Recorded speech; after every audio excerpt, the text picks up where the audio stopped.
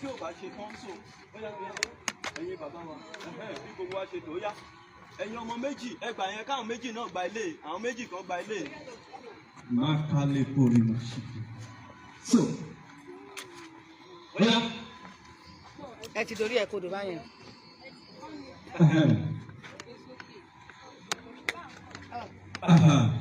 Tẹ̀rí báyìí ó yá ẹgbẹ́ sọ́ọ̀mù yẹn bí wọ́n 1 2 2 6 àlàáfíà fún orílẹ̀-èdè Yorùbá. Ẹgbẹ́ àsíá ẹ sókè ẹgbẹ́ sókè. Ògbó bàbá ọ̀yà ẹ̀gbà náà. Amen. Òun bọ̀ yìí ẹ̀mú ti yá. Amen.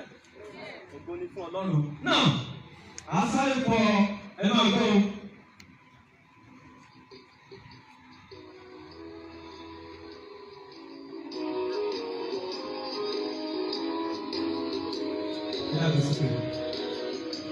Iṣẹ́ wa kúnlẹ̀ wá fún ilẹ̀ ìdí wa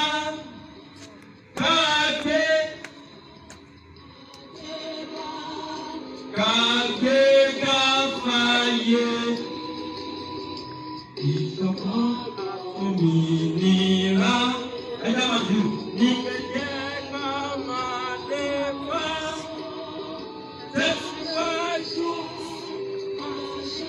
Concentrate on.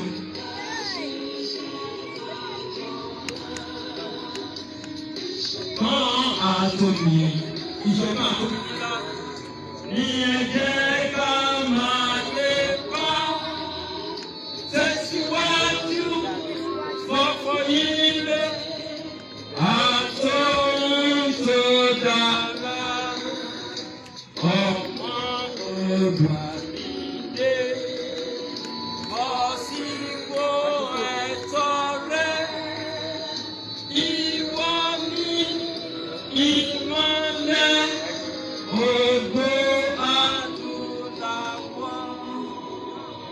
Àwa ní ìmọ́lẹ̀ ògo adúláwọ̀, ìmọ́lẹ̀ wa kò ṣókùnkùn, ògo ìwọlẹ̀.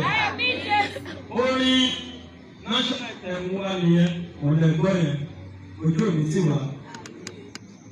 Ẹ yá gbàdúrà, Olúwa wa bá wa ṣe orílẹ̀-èdè láṣẹ pé ó yá sọ́ọ̀dì àdúrà.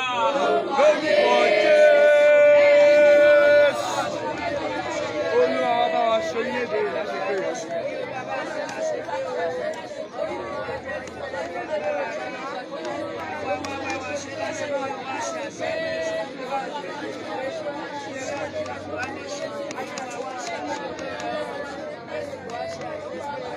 Jésù Olúwa wa. Àmín.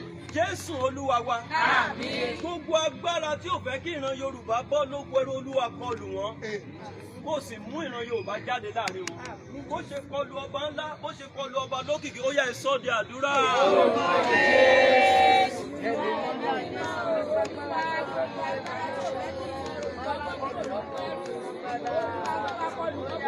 Jésù Olúwa wa. Lákòótán, àwọn ọmọ Yorùbá kan máa ń bí wa ní ṣé kò ń ṣe kó tàn wá. Praise God.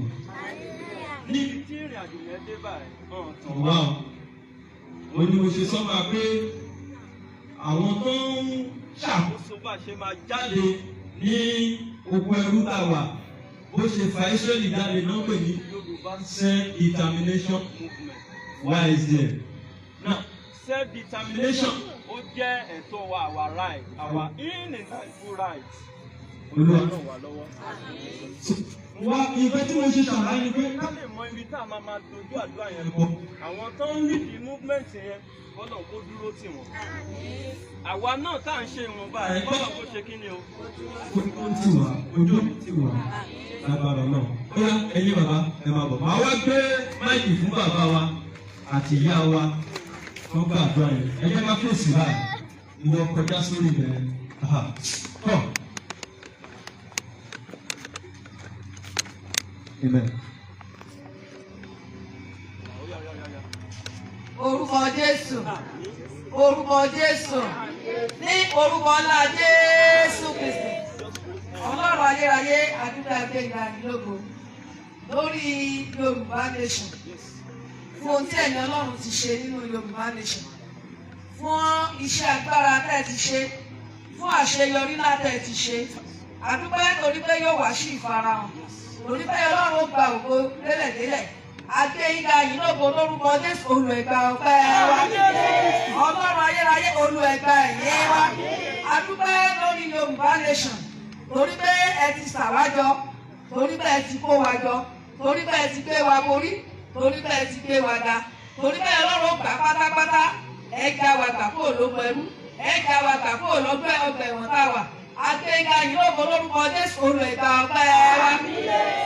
Àwa gbàdúrà abáyé ẹ̀ṣẹ̀ tá a ti ṣẹ̀, èyí tó kó ìjìyà bá ayé wa, èyí tó mú kí Yorùbá nation ọmọ jìyà, èyí tó mú ká wọnú ogun lọ, èyí tó mú ká wá di ọmọ ẹrú, èyí tó mú ká máa ṣọ́fà káàkiri. Gbogbo ẹ̀ṣẹ̀ náà lónìí Olùgbàlà dáríjì wá Olúwa, nítorí ìwáṣáyé rẹ Olúwa, nítorí ìyàtọ̀ jẹ, torí adé ẹ̀gún ní bọ́ọ̀rọ̀ lórí ayé wa láàárọ̀ yìí. Gbogbo ẹ̀ṣẹ̀ tá a ṣẹ̀, èyí tó mú ká máa jìyà gẹ́gẹ́ bí Yorùbá nation láàárọ̀ ìkírísì ó yá dáríjì wá Olúwa, àánú pa ẹ̀ṣẹ̀ wa rẹ́ Olúwa, ẹ̀jẹ̀ Jésù lónìí ó yá pa ẹ̀ṣẹ̀ wa rẹ́. Àwa gbàdúrà lórí Yorùbá nation, Ọlọ́run ayérayé afẹ́kọ̀ọ́ gbé ìgbésẹ̀ ńlá láàárọ̀ yìí, ìgbésẹ̀ tó lágbára, èyí tí ó kó kíkí wọ Kristi nínú Yorùbá nation, èyí tí ó polongo wọ Kristi nínú Yorùbá nation, èyí tí ó polongo wọ Kristi nínú Yorùbá nation lágbàáyé. Ọlọ́run